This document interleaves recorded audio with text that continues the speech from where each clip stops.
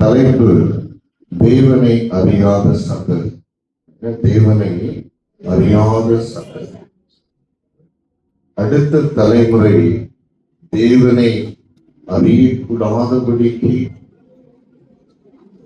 என்ன காரணங்கள் அப்படின்னு சொல்றதை இன்னைக்கு நம்ம ஆராய போகிறோம். ஆமென். யோசுவா 24வது அதிகாரம் 29வது வசனம். யோசுவா 24:29.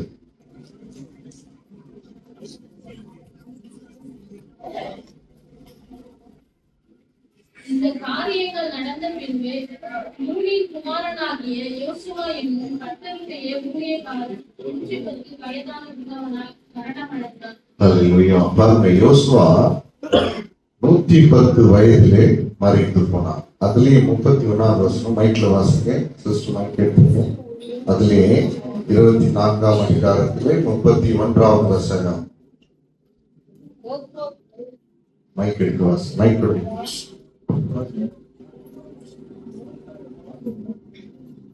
யோசுவா உயிரோடுள்ள சகல நாட்களிலும் கர்த்தர் இஸ்ரவேலுக்கு செய்த அவருடைய கிரியைகள் யாவையும் அறிந்த யோசுவாவுக்கு பின்பு வெகுநாள் உயிரோடுள்ள மூப்பருடைய சகல நாட்களிலும் இஸ்ரவேலர் கர்த்தரை சேவித்தார்கள். நல்லா கவனிங்க.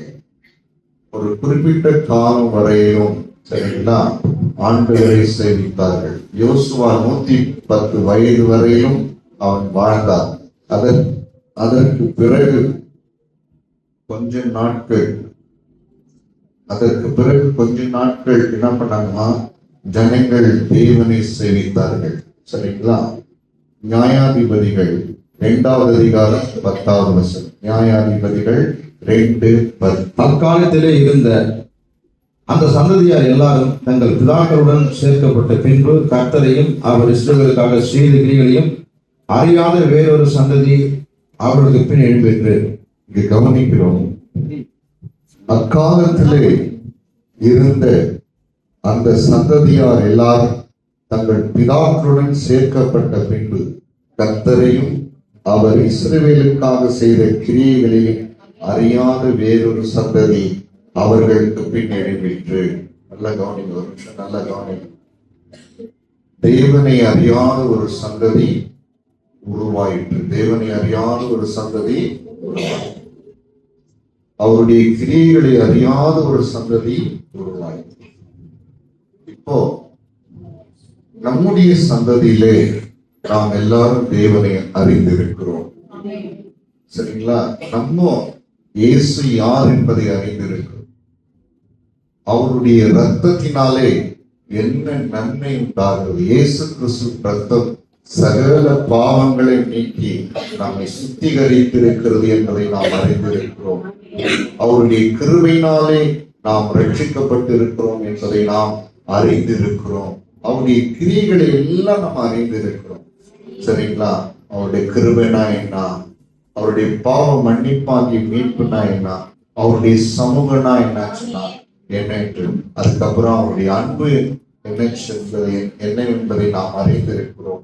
அவர் கொடுக்கிற ஆறுதல், அவர் கொடுக்கிற விடுதலை, அவர் கொடுக்கிற ஆசீர்வாதங்கள் எல்லாவற்றையும் நீங்களும் நான் என்ன பண்ணிருக்கிறோம், நன்றாக அறிந்து.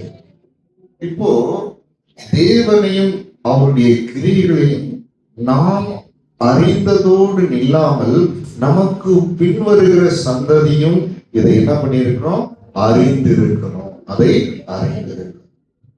அப்படி அவர்கள் தேவனை அறியவில்லை என்று சொன்னால், ஆண்டவராகிய இயேசு கிறிஸ்து சிலுவையிலே சரிங்களா அக்கிரமக்காராக எண்ணப்பட்டு நம்முடைய பாவங்களுக்காக காயப்பட்டு நம்முடைய அக்கிரமங்களுக்காக நொறுக்கப்பட்டு நியாய தீர்ப்பிலும் இடுக்கணிலும் எடுக்கப்பட்டு ரத்தம் சிந்தி நமக்காக ஜீவன் கொடுத்து உயிரோடு எழுந்து நமக்கு பெரிய ரட்சிப்பை கொடுத்தார்.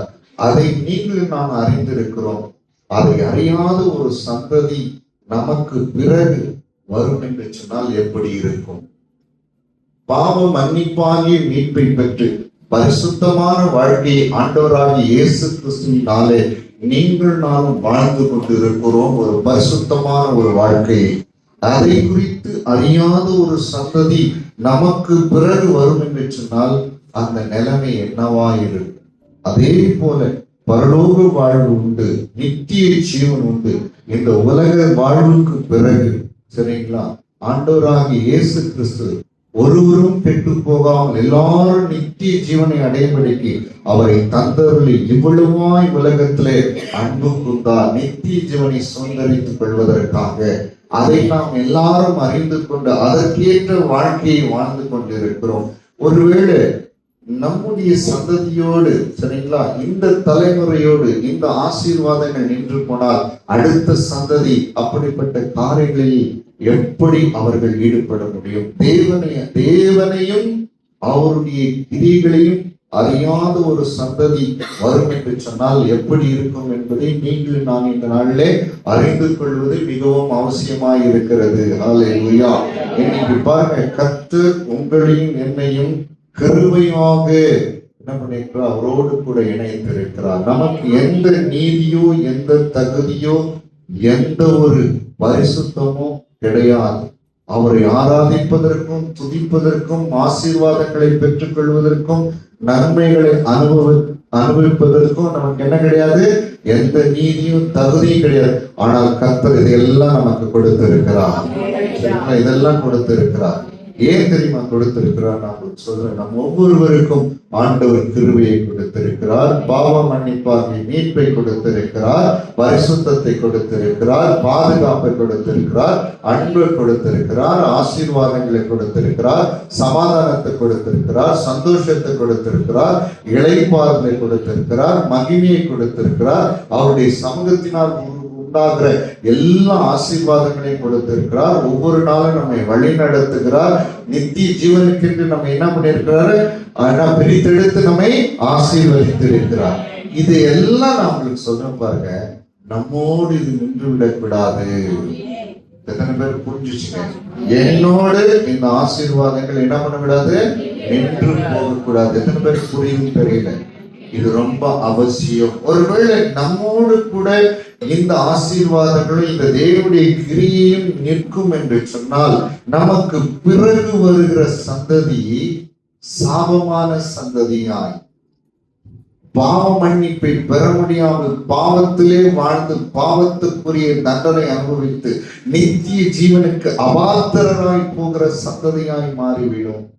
தேவ அன்பு தெரியாது, தேவன் யார் என்பது தெரியாது, ஜீவனுள்ள தேவன் யார் என்பதை அறியாமலே அடுத்த சந்ததி உருவாகிவிடக்கூடாது. ஹல்லேலூயா. எத்தனை பேர் இதை உணர்றீங்க? இன்னைக்கு உங்களை தேவ சமூகத்துல ஒப்பு கொடுத்து, ஆண்டவரே என் சந்ததியோடு என் தலைமுறையோடு இது என்ன பண்ணக்கூடாது? உங்களுடைய கிரியைகள் அழிந்து விடக்கூடாது. ஆண்டவரே, நீர் என்னோடு மாத்திரமே இருந்து என்னோடு கூட இந்த வாழ்க்கையை நான் என்ன பண்ணக்கூடாது? முடித்து விடக்கூடாது. ஆண்டவரே, அடுத்த தலைமுறைக்கு உண்மையும் உங்களுடைய கிரியைகளையும் நான் என்ன பண்ணணும்? அவர்களுக்கு நான் கற்றுக் கொடுக்கணும். ஆண்டவரே, அவர்கள் அந்த வழியிலே நடக்கும் பொழுதுதான் அதற்குரிய மகிமையான ஆசீர்வாதங்களை பெற்றுக்கொள்ள முடியும் என்கிற உண்மையான சத்தியத்தை இன்னைக்கு நீங்கள் நான் புரிஞ்சு கொள்ளணும். ஹல்லேலூயா. அப்படி தேவனுடைய கிரியைகளின் அடுத்த தலைமுறைக்கு நீங்களும் நானும் எடுத்து செல்லவில்லை என்று சொன்னால் அந்த நியாய தீர்ப்பு உங்கள் மேல என் மேல வரும் என்பதை தேவனாகிய கர்த்தர் தெளிவுபடுத்துகிறார். அவர்கள் சாபமான வாழ்க்கை வாழும்போதும் துர்பாக்கியமான வாழ்க்கை வாழும்போதும் அதற்குரிய காரணம் நீங்களும் நானுமாய் மாறிவிடுவோம். அதனாலே ஜாக்கிரதையோடு மனம் திரும்பி இந்த நாளிலே அடுத்த தலைமுறைக்கு அடுத்த சந்ததிக்கு கர்த்தர் அவரையும் அவருடைய கிரியைகளையும் அறிவிக்கிறதுக்காக என்னை வைத்திருக்கிறார் என்கிற அந்த உண்மையோடு நீங்களும் நான் இந்த நாளிலே வாழ வேண்டும். ஹல்லேலூயா. ஆண்டவரை தெரிஞ்சுக்கிட்டேன், நான் ரட்சிக்கப்பட்டிருக்கிறேன், என்னோடவே இது முடிஞ்சு போக தயவு செய்து நினைக்காதீங்க. அது ஒரு அடுத்த சந்ததிக்கு சாபமாய் முடிந்து விடும் என்பதை இந்த நாளிலே கர்த்தர் உங்களோடு கூட இடைப்படுகிறவராய் இருக்கிறார். ஆமென். பாருங்க, நல்லா கவனிங்க. நியாயாதிபதிகள் 2ஆம் அதிகாரம் 11ஆவது வசனம் 12ஆவது வசனம். நியாயாதிபதிகள் 2:11. அப்போது இஸ்ரவேல் புத்திரர் கர்த்தரின் பார்வைக்கு பொல்லாப்பானதை செய்து பாகால்களை சேவித்து தங்கள் பிதாக்களை எகிப்து தேசத்திலிருந்து புறப்பட பண்ணின அவருடைய தேவனாகிய கர்த்தரை விட்டு தங்களை சுற்றிலும் இருக்கிற ஜனங்களுடைய தேவர்களாகிய அந்நிய தேவர்களை பின்பற்றி போய் அவர்களை பணிந்து கொண்டு கர்த்தருக்கு கோபம் ஊட்டினார்கள். இங்கே கவனிங்க, இஸ்ரவேல் புத்திரர் யார் தெரியுமா? தேவனை அறியாத ஒரு சந்ததி வந்துச்சுல. அவர்கள் என்ன பண்ணாங்களாம்? கர்த்தரின் பார்வைக்கு பொல்லாப்பானதை செய்தார்கள். ஏன் கர்த்தரின் பார்வைக்கு பொல்லாப்பானதை செய்தார்கள்? அவர்கள் தேவனை அறியவில்லை, தேவனுடைய கிரியை அறியவில்லை. அதனால என்ன பண்ணாங்க? அவங்க தேவனுக்கு விரோதமாக, கர்த்தருக்கு விரோதமான வாழ்க்கையில் வாழ்கிறவர்களால் மாறி போனார்கள். கவனிக்கிறீங்களா? கர்த்தருக்கு விரோதமான வாழ்க்கையில் வாழும்படியால் அவர்கள் என்ன பண்ணாங்க? மாறி போனாங்க. கர்த்தருடைய பார்வைக்கு பொல்லாப்பானதை செய்தார்கள். நான் உங்களுக்கு சொல்றேன், உங்க பிள்ளைகள் கர்த்தருடைய பார்வைக்கு பொல்லாப்பானதை செய்கிறவர்களாக இருக்கக்கூடாது. அதற்கு நீங்கள் காரணமாய் மாறிவிடக் கூடாது என்பதை கர்த்தர் இந்த நாளிலே உணர்த்துகிறார். ஹல்லேலூயா. அது மாத்திரமல்ல, தங்கள் பிதாக்களை எகிப்து தேசத்திலிருந்து புறப்பட பண்ணின அவர்களுடைய தேவனாகிய கர்த்தரை என்ன பண்ணாங்க? விட்டுட்டாங்க. அற்புதங்களையும் அடையாளங்களையும் ஆசீர்வாதங்களையும் அனுக்கிரகங்களையும் கொடுத்து ஆண்டவர் என்ன பண்ணிட்டாங்க? விட்டுட்டாங்க. தெரியல, அவங்களுக்கு தெரியல, அடுத்த சந்ததிக்கு தெரியல. இன்னைக்கு நிறைய பேருடைய பிள்ளைகளுக்கு ஆண்டவர் பத்தி தெரியல. நீங்களாம் வர்றீங்க, நீங்க நிறைய பேரண்ட்ஸ் வர்றீங்க, ஆனா உங்க பிள்ளைகளுக்கு ஆண்டவர் குறித்து தெரியல, கற்றுக் கொடுக்கறதில்லை. நீங்க எல்லாவற்றிலும் அவர்களுக்கு நன்மை செய்றீங்க. சாப்பாட்டுக்குரிய காரியங்கள், உடைக்குரிய காரியங்கள், அவங்க படிப்புக்குரிய காரியங்கள், எல்லாவற்றிலும் நீங்க அவங்களுக்கு சரியா இருக்கீங்க. ஆனா கர்த்தருடைய வழிகளிலே அவர்களுக்கு என்ன பண்ணல? நீங்க அவர்களை வழி நடத்த தவறி விடுகிறீர்கள். அது எந்த ஒரு ஆபத்தான நிலைக்கு போய்விடும் என்பதை கர்த்தரினாலே சுட்டி காட்டுகிறவராய் இருக்கிறார். அவர்கள் என்ன பண்ணாங்களா? கர்த்தருடைய பார்வைக்கு பொல்லாப்பானதை செய்தது மாத்திரமல்ல, கர்த்தரை விட்டு பின்வாங்கி என்ன பண்ணாங்களா தெரியுங்களா? தங்களை சுற்றி இருக்கிற புறஜாதியுடைய மார்க்கத்தின்படி அவர்கள் செய்தார்களாம். காரணம் என்னங்க? யாருமே காரணம் சொல்லுங்க. காரணம் யாரு? தேவனை அறியாதபடிக்கு, தேவனுடைய கிரியைகளை அறியாதபடிக்கு இருந்த அவர்கள் முன்னோர்கள். பாருங்க, அதனால என்ன ஆனதா பாருங்க. யோசுவா 2ஆம் அதிகாரம் 14வது வசனம் 15வது வசனம். யோசுவா 2ஆம் அதிகாரம் 14வது வசனம் 15வது வசனம். அப்பொழுது அவர்களை வாசிங்க.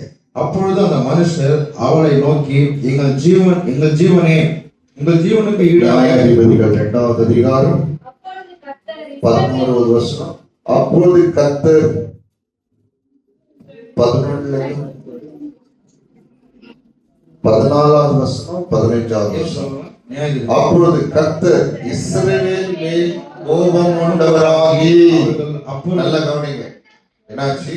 கர்த்தர் அவர்கள் மீது கோபம் கொண்டவராகி அவர்கள் அப்புறம் தங்கள் சத்துருகளுக்கு முன்பாக நிற்கக்கூடாதபடிக்கு கொள்ளையிடுகிற கொள்ளைக்காரர் கையில் அவர்களை ஒப்பு கொடுத்து அவர்களை சுற்றிலும் இருக்கிற அவர்கள் பகைஞரின் கையிலே விற்று போட்டார்.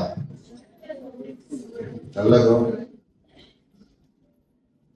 கர்த்தர் சொல்லி இருந்தபடி, கர்த்தர் அவர்களுக்கு ஆணையிட்டிருந்தபடி அவர்கள் புறப்பட்டு போகிற இடமெல்லாம் கர்த்தருடைய கை தீமைக்கென்றே அவர்களுக்கு விரோதமாய் இருந்தது. மிகவும் நெருக்கப்பட்டார்கள். புரிஞ்சுங்களா? ஆண்டவருடைய கோபம் யார் மேல விழுந்தது? கர்த்தரை அறியாத அந்த சந்ததி மேலே மோண்டது. இன்னைக்கு நாளைக்கு உங்களுடைய பிள்ளைகள் மீது நல்லா கேர்ஃபுல்லா ரிசன் பண்ணிக்க. உங்க பிள்ளைங்க மேல கர்த்தருடைய கோபம் வரக்கூடாது. சத்துருக்கு முன்பாக நிற்கக்கூடாதபடிக்கு பலவீனம் வரக்கூடாது. கர்த்தர் அவர்கள் என்ன பண்ணக்கூடாது? அவருடைய சத்துரு கையில விற்று போடக்கூடாது. கர்த்தருடைய கை தீமை அவர்களுக்கு தீமை செய்யும்படி அவர்களுக்கு விரோதமா இருக்கக்கூடாது. புரிஞ்சுங்களா? நல்லா கவனி, நல்ல கவனி. தேவனை அறியாத, தேவனுடைய கிரியை உணராத அடுத்த தலைமுறை உருவாகக்கூடாது. உங்கள் பிள்ளைகள் உருவாகக்கூடாது. நல்லா கவனிங்க, உங்கள் பிள்ளைகள் உருவாக கூடாது. அப்படி இருப்பார்கள் என்று சொன்னால் அவர்கள் கிருபையை பெற்றுக்கொள்ள முடியாது. கவனிங்க, தேவனிடத்தில் இரக்கத்தை பெற்றுக்கொள்ள முடியாது, தேவனிடத்தில் பாதுகாப்பை பெற்றுக்கொள்ள முடியாது, தேவனிடத்தில் எந்த ஒரு நன்மையும் பெற்றுக்கொள்ள முடியாது. பரிசுத்தம் அவங்களுக்கு கிடைக்காது, பாதுகாப்பு கிடைக்காது.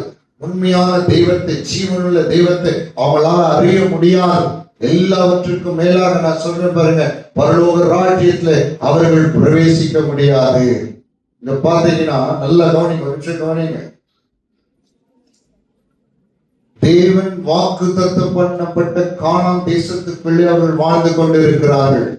நியாயாதிபதிகளின் காலத்துல தேவனுடைய பிள்ளைகள் சுதந்திரமாய் ஆசீர்வாதமாய் வாழ்ந்து கொண்டிருந்தார்கள். பாலம் தேன் மூடுகிற சிங்காரமான தேசத்திலே அவர்கள் என்ன பண்ணாங்க? நன்மையை அனுபவித்துக் கொண்டிருந்தார்கள். எப்பொழுது கர்த்தரை அறியாதபடிக்கு போனார்களோ, கர்த்தரையும் கர்த்தருடைய கிரியைகளையும் அறியக்கூடாதபடிக்கு அவருடைய முன்பாக இருந்த பிதாக்கள் அவர்களுக்கு போதிக்காம போனார்களோ, அந்த ஆசீர்வாதமான தேசத்திலே, அந்த மகிமையின் தேசத்திலே, அந்த கர்த்தருடைய தேசத்திலே அவர்கள் சிறைப்பட்ட கைதிகளாக, அடிமைகளாக வாழ்ந்தார்களாம். நீங்க வாசிக்கலாம், நியாயாதிபதிகள் 3வது அதிகாரம் 8வது வசனத்தை வாசிங்க. கர்த்தர் இஸ்ரவேல் மேல் கோபம் கொண்டவராகி அவர்களை மெசபோதோமியாவின் ராஜாவாகிய கூசான் இஷாதாமியின் கையிலே விட்டு போட்டார். இப்படியே இஸ்ரவேல் புத்திரர் கூசான் இஷாதாமி 8 வருஷம் சேவித்தார்கள். நல்ல கவனிங்க. அந்த பாலும் தேன் ஓடுகிற கானான் தேசம் என்பது கர்த்தர் அவர்களுக்கு கொடுத்த ஆசீர்வாதமான தேசம். தம்முடைய பிள்ளைகள் ஆசீர்வாதத்தை அனுபவிக்கும்படி கர்த்தர் கொடுத்த தேசம். அவர்கள் சுகமாயிருக்கும்படி கர்த்தர் வாக்குத்தத்தம் பண்ணி கொடுத்த அந்த தேசம். அந்த தேசத்துல எவனோ ஒரு ராஜா யாரை தெரியுமா அடிமைப்படுத்திக் கொண்டா? இஸ்ரவேல் மக்களை அடிமைப்படுத்திக் கொண்டான். மெசொப்பொத்தாமியா ராஜா கூஷான் ரீசதாய் என்கிற ராஜா 8 வருஷம் கொடுமையாய் நடத்தினானா. யாரே? தேவனுடைய பிள்ளைகளை. ஏன் அப்படி நடந்தது?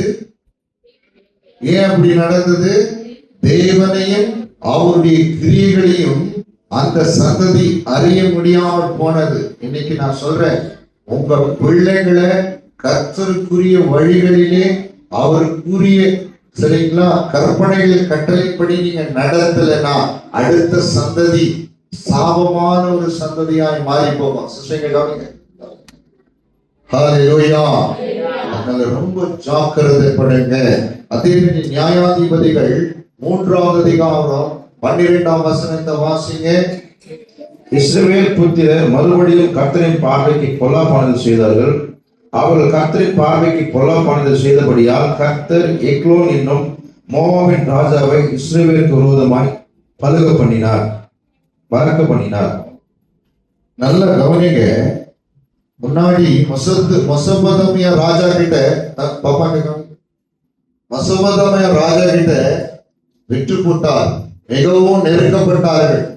சத்துருக்கு முன்பாக நிற்க அவருக்கு பலன் இல்லாம போனது. நல்லா கவனிச்சுங்க. இன்னைக்கு ஏனோ தானே சொல்லி நம்முடைய பிள்ளைகளை வளர்க்கிறது தவறு, முற்றிலும் தவறானது. அவங்க கேட்கறதெல்லாம் நம்ம வாங்கி கொடுக்கிறோம், அவங்களுக்கு வேண்டியதெல்லாம் செய்யறோம். ஆனா அவங்களை நல்வழிப்படுத்தியே ஆகணும். இல்லைன்னு சொன்னா அடுத்த சந்ததி குடிக்காரர்களாக, கொலை செய்கிறவர்களாக, தேசத்தை பாழாக்குறவர்களாக, தேசத்தில் அருவருப்பு செய்கிறவர்களாக, தேவனை எதிர்க்கிறவர்களாக, தேவனுக்கு விரோதமாய் வாழ்கிறவர்களாக, தேவனுடைய ராஜ்யத்துக்கு விரோதமாய் போராடுகிறவர்களாக மாறி போய்விடுவார்கள். ஜாக்கிரதைப்படணும். நாம் இந்த கடைசி காலத்தில் இதெல்லாம் ஆசீர்வாதங்கள், தேவனுடைய வார்த்தைக்குரிய ஆசீர்வாதங்களா இது இருக்கிறது. ஹல்லேலூயா. உங்க பிள்ளைகளை விசாரிக்கணும். என்ன படிச்சீங்க, பைபிள்ல என்ன இருக்குது, கர்த்தருடைய வார்த்தையின்படி செய்றீங்களா, அது நன்மை தான் உங்களுக்கு சொல்லுது. அப்படிப்பட்ட காரியங்களிலே உங்கள் பிள்ளைகளை நீங்க என்ன பண்ணணும், அவங்க படிக்கிறாங்களோ படிக்கலையோ, சாப்பிடுறாங்களோ சாப்பிடலையோ, அதை பத்தி எல்லாம் கவலைப்படக்கூடாது. முதல்ல கர்த்தருடைய வழியில அவர்களை என்ன பண்ணணும், நடத்துகிறவர்களா இருக்கணும். ஹல்லேலூயா. இங்க பார்க்கிறோம், எக்லோன் என்கிற மோவாபின் ராஜாவின் கையிலே கர்த்தர் அவர்களை விற்று போட்டார். கிட்டத்தட்ட 18 வருஷம் அவர்கள் என்ன பண்ணாங்க, அந்த ராஜாவினால் நொறுக்கப்பட்டார்கள், வேதனைப்பட்டார்கள். நியாயாதிபதிகள் 4வது அதிகாரம் 2வது வசனத்தை வாசிங்க. ஆகையால் கர்த்தர் அவர்களை ஆசோரிலே ஆளுகிற யாபீன் என்னும் கானானியருடைய ராஜாவின் கையிலே விற்று போட்டார். அவனுடைய சேனாபதிக்கு சிசரா என்பது பெயர். நல்ல கவனிங்க. இப்பொழுது இன்னொரு ராஜா கிட்ட கர்த்தர் அவர்களை விற்று போட்டார். யாபீன் என்கிற கானான் ராஜா. பாருங்க, இந்த கானான், மெசொப்பொத்தாமியா, அதுக்கப்புறம் மோவாப், இவங்களை எல்லாம் ஆண்டவர் நொறுக்கி அவர்களை சிதறடித்து தான் அந்த கானான் தேசத்துக்கு கொண்டு போனார். ஆனா என்ன தெரியுமாச்சு, எந்த ராஜாக்களை கர்த்தர் நொறுக்கி அவர்களை ஒன்றுமில்லாமல் மாற்றி போட்டாரோ அதே ராஜாக்கள் யாரை ஆளுகை செய்ய வந்தார்கள், யாரை நொறுக்கி போட்டார்கள், தேவனை அறியாத அந்த சந்ததியை நொறுக்கி போட்டார்கள். அதே போல நியாயாதிபதிகள் 6வது அதிகாரம் 1ஆம் வசனத்தை வாசிங்க. நியாயாதிபதிகள் 6:1. பின்னும் இஸ்ரவேல் புத்திரர் கர்த்தரின் பார்வைக்கு பொல்லாப்பானதை செய்தார்கள். அப்போது கர்த்தர் அவர்களை 7 வருஷம் மீதியானின் கையிலே ஒப்பு கொடுத்தார். இங்க நம்ம பார்க்கிறோம், என்ன பண்ணாங்களா, கர்த்தர் என்ன பண்ணாரு, சரிங்களா, மீண்டும் அவர்கள் பாவம் செய்தார்கள். அதனால 7 வருஷம் கர்த்தர் என்ன பண்ணாங்க, மீதியானின் கையிலே ஒப்பு கொடுத்தார். அந்த மீதியானர்கள் அவர்களை நொறுக்கி போட்டார்கள். நல்ல கவனிச்சுக்கொள்ளுங்க, கர்த்தர் உங்க பிள்ளைகளை கொடுத்திருக்கார். அவங்களை கர்த்தருடைய வழியிலே, கர்த்தருக்கேற்ற வழியில நடத்துங்க, உபவாசம் பண்ணுங்க, அழுங்க. நம்முடைய பிள்ளைகளுக்காக நம்ம என்ன பண்ணோம், அழுது தேவ சமூகத்துல கேட்கணும். அவங்க நல்லவங்களா வாழணும் ஆண்டவரே, அவங்க பரிசுத்தம் உள்ளவர்களா வாழணும் ஆண்டவரே, அவர்கள் ஆசீர்வதிக்கப்பட்டவர்களா வாழணும் ஆண்டவரே, அவர்கள் அற்ப ஆயுசுல போக கூடாது ஆண்டவரே, ஆக்சிடென்ட்ல மறிக்க கூடாது ஆண்டவரே, தற்கொலையில மறிக்க கூடாது ஆண்டவரே, துன்மார்க்கரா அவங்க வாழக்கூடாது ஆண்டவரே, நீண்ட ஆயுளாம் பரிபூர்ணமா அவர்கள் வாழணும் ஆண்டவரேன்னு சொல்லி ஆண்டவருடைய சமூகத்துல நீங்க என்ன பண்ண, அவர்களுக்காக வேண்டுதல் பண்ணணும், நீங்க அழுகணும், அவங்களுக்கு தேவனை குறித்து நீங்க சொல்கிறவர்களா இருக்கணும். ஹல்லேலூயா, ஆமென். இன்னும் சத்தமா வாசிங்க. லூக்கா 23வது அதிகாரம் 38வது வசனம். லூக்கா 23:28. யூதருடைய ராஜா என்று கிரேக்கு, லத்தீன், எபிரேயு எழுத்துக்களிலே எழுதி அவருக்கு மேலாக வைக்கப்பட்டது. லூக்கா 23:28. இயேசு அவர்கள் முகமாய் திரும்பி, எருசலேமின் குமாரத்திகளே, நீங்கள் எனக்காக அழாமல் உங்களுக்காகவும் உங்கள் பிள்ளைகளுக்காகவும் அழுங்கள். நல்ல கவனிங்க, ஒரு நிமிஷம் கவனி. கையை இது அடுத்த சந்ததிக்கு ஆசீர்வாதத்துக்குரிய வழியை உங்களுக்கு கற்றுக் கொடுக்கிறார். ஆண்டவராகிய இயேசு கிறிஸ்து சிலுவையை சுமந்து கொண்டு எருசலேம் வீதி வழியா போறார். கவனிங்க ஒரு நிமிஷம். பாரமான சிலுவை, பாவமான சிலுவை, உலகத்தின் பாவத்தை சுமந்திருக்கிற தேவாட்டுக்குட்டியாகிய ஆண்டவர் இயேசு கிறிஸ்து சிலுவையில என்ன பண்றாரு, அப்படியே சிலுவையை சுமந்து கொண்டு போறார். உடல் முழுவதும் காயங்கள், அவருடைய துணியெல்லாம் கிழிக்கப்பட்டு இருக்கிறது, அவர் வாரினால் அடிக்கிறார். ஏன் ஆண்டவர் இப்படிப்பட்ட ஒரு கோரமான வேதனை அனுபவித்தார்? நம்முடைய பாவங்களுக்காக, நம்முடைய அக்கிரமங்களுக்காக. அப்படி அவர் எருசலேமின் வீதி வழியாக அப்படியே போறாரு, சிலுவையை சுமந்துட்டு. சிலுவையை சுமந்துட்டு போறாரு. போகும்போது உடம்பெல்லாம் ரத்தம், அவர் அந்த கேடடைந்தார், அலங்கோலமா இருந்தார். பிரதருக்கு கவனி, அந்த கேடடைந்தவராய் அப்படியே போயிட்டு இருக்கார். அப்போ அந்த எருசலேம் நகரத்தில் இருக்கிற எல்லா அநேக ஸ்திரீகள், சரிங்களா, கத்தி ஓடு அழுறாங்க. ஐயோ, இப்படிப்பட்ட தெய்வத்துக்கு இவ்வளவு கொடுமையான சம்பவங்கள் நடக்கிறதுன்னு சொல்லி கத்தி அழ ஆரம்பிக்கிறாங்க, கத்தி கூச்சல் போட்டு அழ ஆரம்பிக்கிறாங்க. ஆண்டவர் என்ன பண்ணார் தெரியுமா? அப்படி திரும்பி சொன்னாரு, எருசலேமின் குமாரத்திகளே, வாங்க கவனிங்க, எங்க பார்த்துட்டீங்க? எருசலேமின் குமாரத்திகளே, எனக்காக அழாதீங்க, உங்களுக்காகவும் உங்கள் பிள்ளைகளுக்காக அழுங்க, உங்களுக்காக உங்க பிள்ளைகளுக்காக அழுங்க.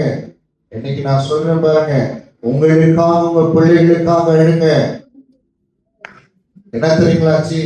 ஆண்டவராகிய இயேசு கிறிஸ்து சிலுவையில் அறையப்பட்ட பிறகு 40 வருஷம் கழிச்சு ஆண்டவர் சொன்னார்களே, உங்களுக்காக உங்க பிள்ளைகளுக்காக அழுவோன்னு சொன்னாங்களே, அவங்க அழாம விட்டுட்டாங்க. கடைசியில அந்த தேசமே பாழாக்கப்பட்டு அழிந்து போனது. வயிற்றில் இருக்கிற குழந்தை என்ன பண்ணாங்களா, கத்தியில கிழிச்சு அந்த குழந்தை எடுத்து என்ன பண்ணாங்க, கல்லின் மேலே மோதி அடித்தாங்களாம். பிள்ளைகள் எல்லாம் கொல்லப்பட்டு ரோம சோல்ஜர்ஸ், அந்த சிப்பாய்கள் என்ன பண்ணாங்களா, கிபி 70ஆம் நூற்றாண்டிலே எல்லாரையும் ரோம சோல்ஜர்ஸ் கொன்று, யூதர்கள் எல்லாம் கொன்று என்ன பண்ணாங்களா தெரியுமா? அந்த பிணத்தின் மேல் நடக்கும் போது அவங்களுடைய கால் அதுல பதிந்து போனதாம்.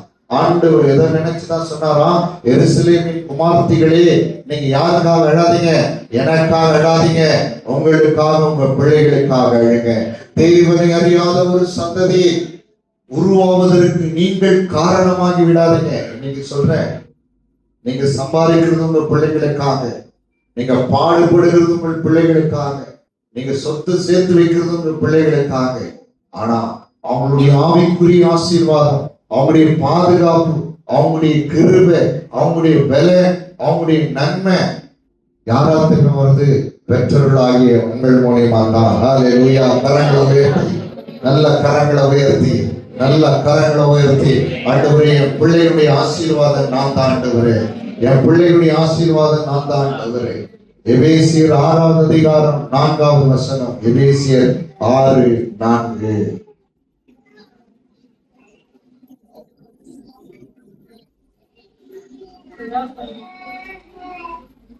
வாசிங்க. பிதாக்களே, நீங்களும் பிள்ளைகளை கோபப்படுத்தாமல் கர்த்தருக்கு ஏற்ற சிக்ஷையிலும் போதனையிலும் அவளை வளர்ப்பீர்களாக. நல்ல கவனிங்க, ஒரு நிமிஷம் கவனிங்க. கர்த்தருக்கேற்ற, தயவுசெய்து கவனிங்க, கர்த்தருக்கேற்ற என்ன பண்ணோம்? சிக்ஷையிலே வளருங்க பிள்ளைங்களை. அடிச்சா கஷ்டப்படுவானே, அடிச்சா கஷ்டப்படுவாளே, கோபப்படுவாளே, சாப்பிட மாட்டாங்க. அதால கர்த்தருக்கேற்ற சிக்ஷையில உங்க பிள்ளைகளை நீங்க என்ன பண்ணோம்? வளருங்க. அதே போல கர்த்தருக்கேற்ற போதனைகளில் அவர்கள் என்ன பண்ணுங்க? வளர்க்கணும். ஏன் தெரியுமா? ஏன் ஏன் ஏன் அடுத்த சந்ததி கர்த்தரையும் அவருடைய கிரியைகளையும் அப்பொழுதுதான் அறிந்து கொள்ள முடியும். சும்மா தரித்திரத்தை அப்படியெல்லாம் வளர்க்காதீங்க பிள்ளைகளை, அப்படியெல்லாம் வளர்க்காதீங்க. அப்படி வளர்த்தீங்கன்னா உங்க பிள்ளைகளுக்கு நீங்களே என்ன பண்றீங்க? சாபத்தை வைத்து விட்டு போகிறவர்களா இருக்கீங்க. கர்த்தருக்கு ஏற்ற சிக்ஷையிலும் போதனையிலும் அவர்கள் என்ன பண்ணுங்க? வளர்க்கணும். ஹல்லேலூயா. அப்பதான் கர்த்தரை அறிகிற ஒரு சந்ததி, அடுத்த தலைமுறை உருவாகும். தேவன் அவர்கள் மீது ஆசீர்வாதத்தை கொடுக்கிறவராய் அப்போதான் மாறி போவார். ஆமென். சங்கீதம் 103வது சங்கீதம் 17வது வசனம். சங்கீதம் 103:17.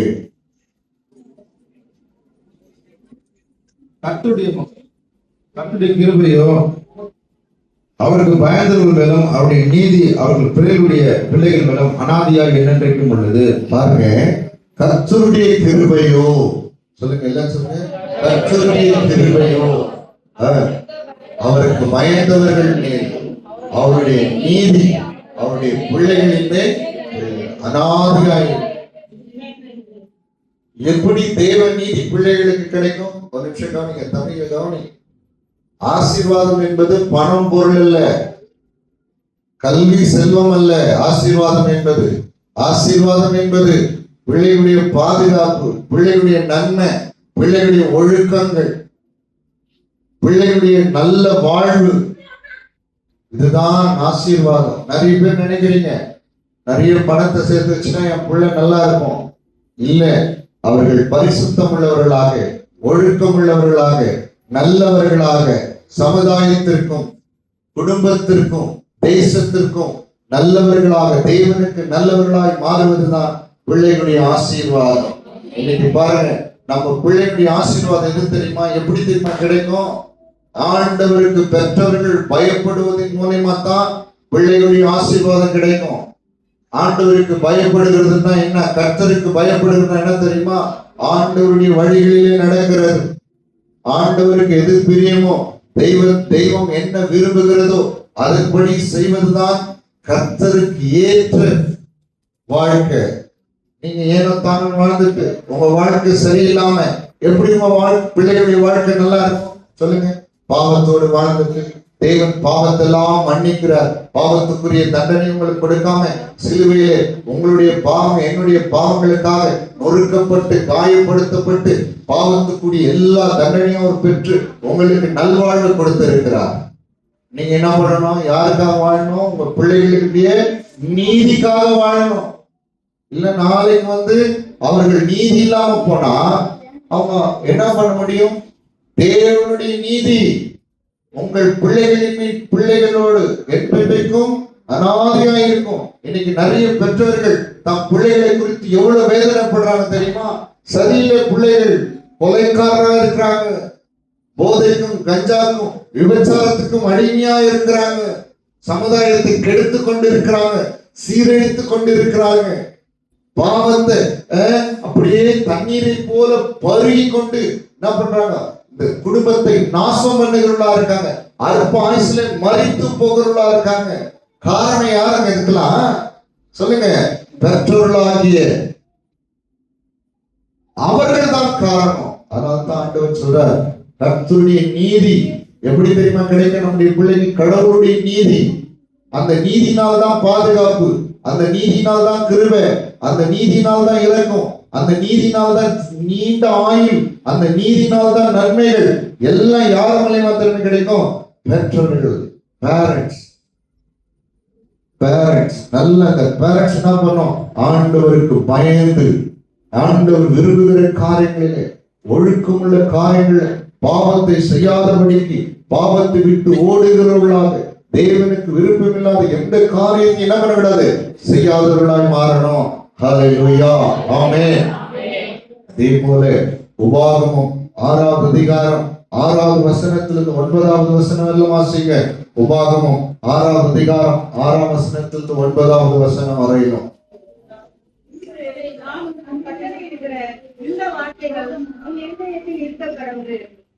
இன்று நான் உனக்கு கட்டளையிடுகிற இந்த வார்த்தைகள் உன் இருதயத்திலே இருக்க கடவுது. நீ அவைகளை உன் பிள்ளைகளுக்கு கருத்தாய் போதித்து, நீ உன் வீட்டில் உட்கார்ந்திருக்கிற போதும், வழியில் நடக்கிற போதும், படுத்துக் கொள்கிற போதும், எழுந்திருக்கிற போதும் அவைகளை குறித்து பேசி, அவைகளை உன் கையின் மேல் அடையாளமாக கட்டி கொள்வாயாக. அவைகள் உன் கண்களுக்கு நடுவே ஞாபக குறியாக இருக்க கடவுது. அவைகளை உன் வீட்டு நிலைக்காலிலும் உன் வாசல்களிலும் எழுதுவாயாக. கவனிங்க, ஒரு நிமிஷம் கவனிங்க. ஆண்டவருடைய கற்பனைகளை என்ன பண்ணணும்? நம்முடைய பிள்ளைகளுக்கு என்ன பண்ணணும்? நம்ம என்ன பண்ணணுமா? போதிக்கணும்.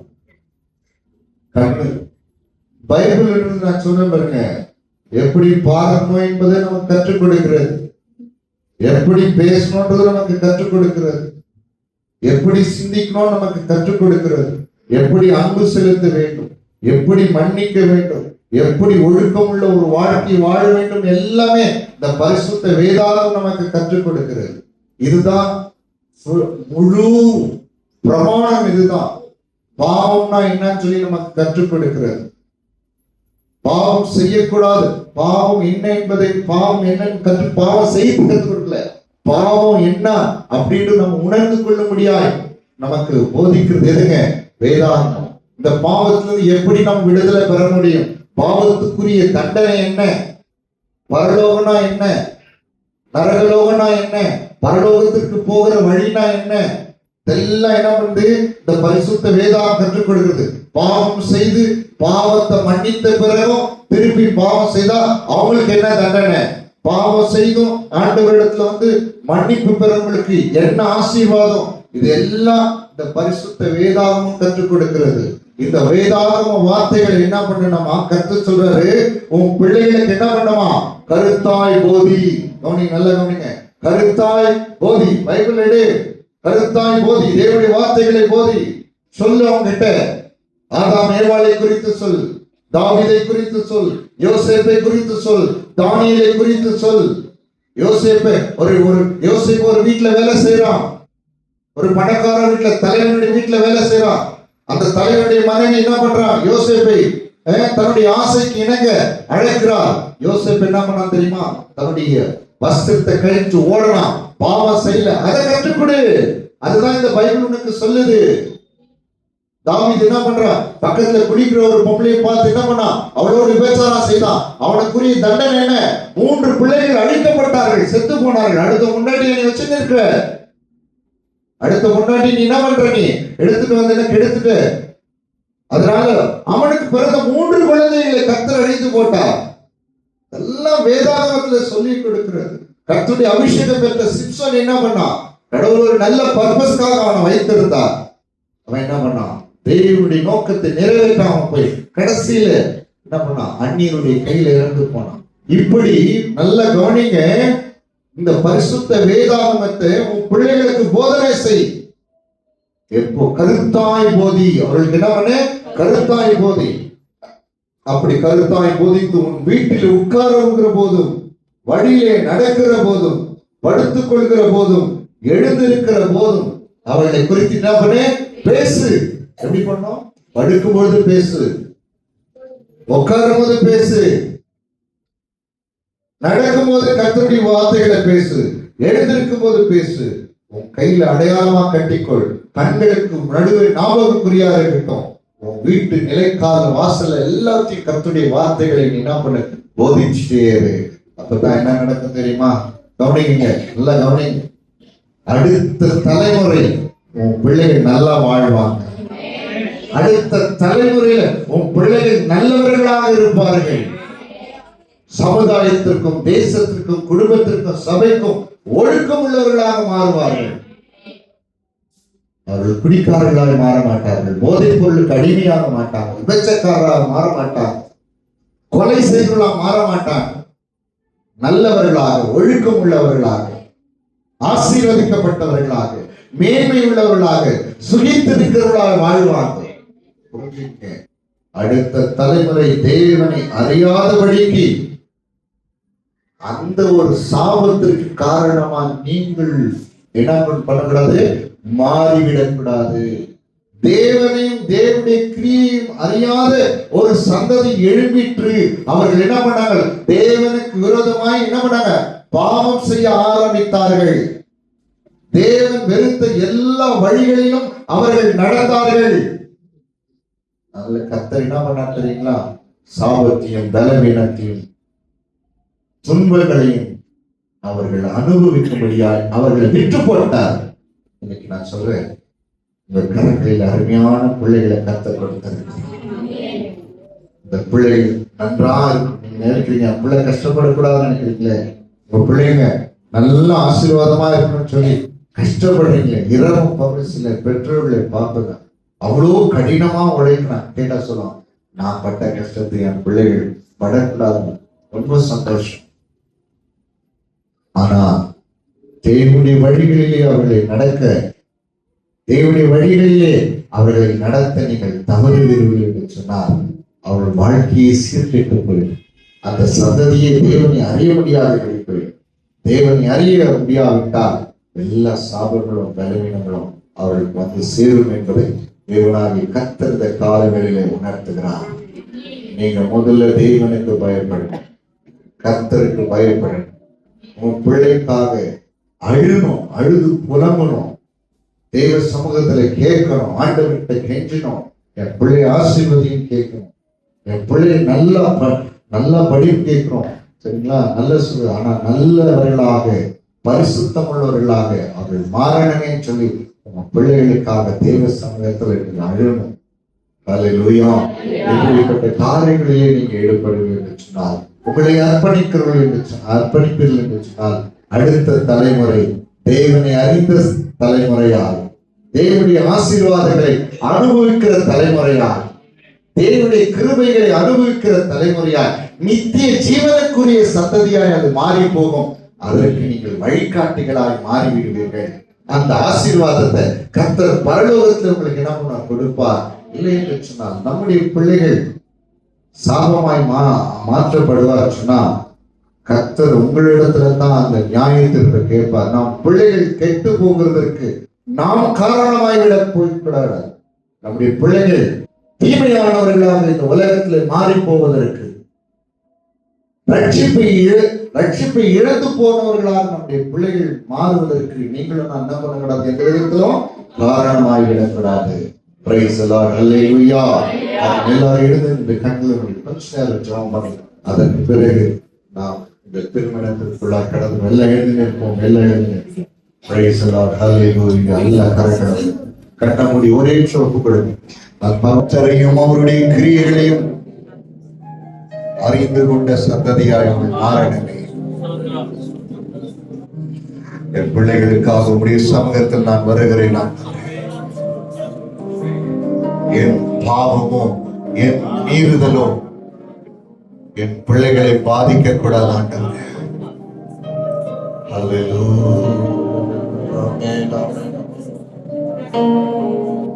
Praise the Lord, praise the Lord, praise the Lord, praise the Lord. எல்லாம் கட்ட முடியும், எல்லாம் கட்ட ஒருத்தர் கட்டத்திற்கா ஆண்டுடைய சமூகத்தில் அடுத்த சந்ததி, அடுத்த தலைமுறை தேவனையும் அவருடைய கிரியை அறிந்து கொள்ளும். அவரே நித்திய ஜீவனும் மெய்யான தெய்வமாக இருக்கிறார்கள். ஆண்டவராக இயேசு கிறிஸ்து அல்லாமல் இந்த உலகத்தில் ரட்சிப்பு இல்லையே, விடுதலை இல்லையே. அவர் இல்லாமல் சமாதானம் இல்லையே. அவர் இல்லாமல் நம்முடைய பிள்ளைகளுக்கு பாதுகாப்பு ஏது? அவர் தான் எல்லாருக்கும் எல்லாமா. கையை உயர்த்தி தேவ சமூகத்தில் ஒப்புக்கொடு. என் சந்ததி தேவனை அறியும்படியா என்னை நான் ஒப்புக் கொடுக்கிறேன் ஆண்டவரே. என்னாலே என் பிள்ளைகள் ஆசீர்வதிக்கப்படும்படியாய் நான் ஒப்புக் கொடுக்கிறேன் ஆண்டவரே. எல்லா கரங்களை நல்லா உயர்த்தி, எல்லா நல்ல கரங்களை உயர்த்தி நன்றி ஆண்டவரே, நன்றி ஆண்டவரே. எல்லாம் இவ்வளவு நாள் எப்படி வாழ்ந்தீங்களோ தெரியாது, இவ்வளவு நாள் எப்படி இருந்தீங்களோ தெரியாது. இனி இப்படித்தான் வாழணும், இப்படித்தான் இருக்கணும். அதுதான் ஒரு சந்ததிக்கு ஆசீர்வாதம். எல்லா கண்களை மூடி எல்லாரும் ஆமென். எல்லாம் கையை உயர்த்தி, நல்ல கையை உயர்த்தி உன் பாவத்தை ஆண்டவருடைய ஏனோ தானும் வாழ்ந்துட்டு ஆண்டவரே, இனி அப்படி அல்ல ஆண்டவரே, அப்படி இல்ல ஆண்டவரே. இவனை அறியாம போனா ரட்சிப்பை இழந்து போவாங்களே, நித்திய ஜீவனை இழந்து போவாங்களே, கிருபையை இழந்து போவாங்களே, பாதுகாப்பு இழந்து போவாங்களே, நன்மை இழந்து போவாங்களே, ஆசீர்வாதங்களை இழந்து போவாங்களே, உன் சமூகத்தை இழந்து போவாங்களே. என் பிள்ளைகளுடைய சாபத்திற்கு நான் காரணமாய் மாறிவிடக் கூடாதப்பா.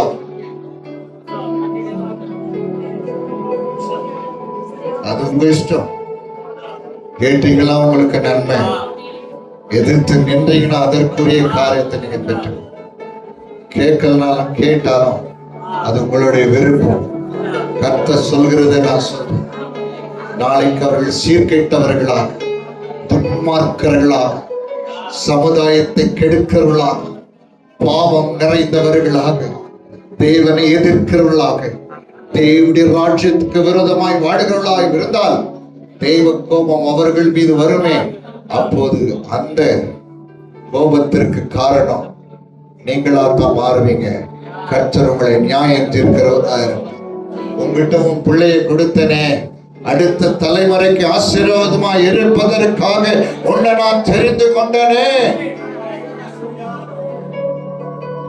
அதுக்கு தானே உன் பாவத்தை மன்னிச்சேன், அதுக்கு தானே உனக்கு ஆசீர்வாதத்தை கொடுத்தேன், அதுக்கு தானே பிசாசு கெடுத்தேன், உன்னை நான் பாதுகாத்த, விடுதலை ஆக்கினேன்.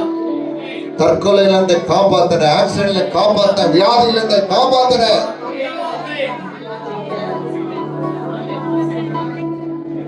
சந்ததி என்ன அறிந்து கொள்ளணுமே. என்ன அறியாம போனா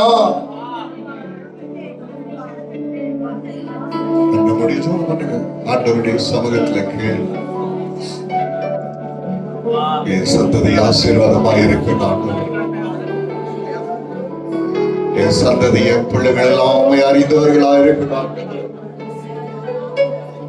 என் நீதி என் பிள்ளைகளுக்கு கிடைக்கணும். ஆண்டவரை கையை உயர்த்தி கேளுங்க. நல்ல வேற எது? இதுதான் ஆசீர்வாதம், இதுதான் மேன்மை, இதுதான் மகிமை. ஹalleluya, ஹalleluya, ஹalleluya, ஹalleluya, ஹalleluya. தேவனுடைய வல்லமை உங்களை ஆளுகை செய்யட்டுவதாக. தேவனுடைய வல்லமை உங்களை ஆளுகை செய்வதாக. தேவனுடைய பிரசன்னம் உங்களை ஆளுகை செய்வதாக. இன்னைக்கு மனம் திரும்புங்க. தேவ சமூகத்தில் ஒப்பு கொடுங்க. நீங்க சேர்த்து வைக்கிற பணமோ பொருளோ உன் பிள்ளைகளுக்கு ஆசீர்வாதம் கிடையாது. கர்த்தர் மாத்திரம் தான் ஆசீர்வாதம். ஆண்டவர் மாத்திரம் தான் ஆசீர்வாதம். இயேசு கிறிஸ்து அவர் மாத்திரம் தான் ஆசீர்வாதம். அவரால் மாத்திரம் தான் எல்லா நன்மையும் உலகத்துல. கையை உயர்த்தி ஆண்டவருடைய சமூகத்துல கேளு. நல்ல கையை உயர்த்தி கேளுங்க. ஆண்டவரே, என் சந்ததிக்கு நான் ஆசீர்வாதமா மாறணும். தேவனையும் தேவனுடைய கிரியைகளும் அறிந்தவர்களாய் எனக்கு அடுத்த தலைமுறை மாறும்படியா என்னை நான் அர்ப்பணிக்கிறேன். என்னை நான் அர்ப்பணிக்கிறேன். கையை உயர்த்தி கேளுங்க. ஆண்டுடைய சமூகத்துல கேளு. நியாய தீர்ப்பு நாள்ல நீக்கும் பொழுது எழுந்து நில்லு. பாப்பா எழுது.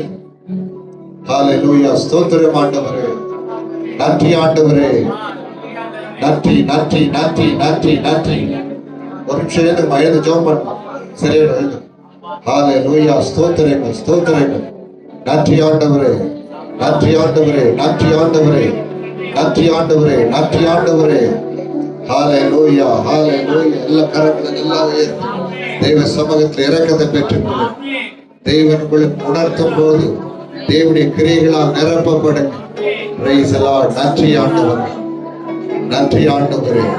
நன்றி ஆண்டவரே. நன்றி ஆண்டவரே. நன்றி ஆண்டவரே. ஸ்தோத்திரிக்கிறோம். இயேசு ராஜாவின் நாமத்தில் பிதாவே.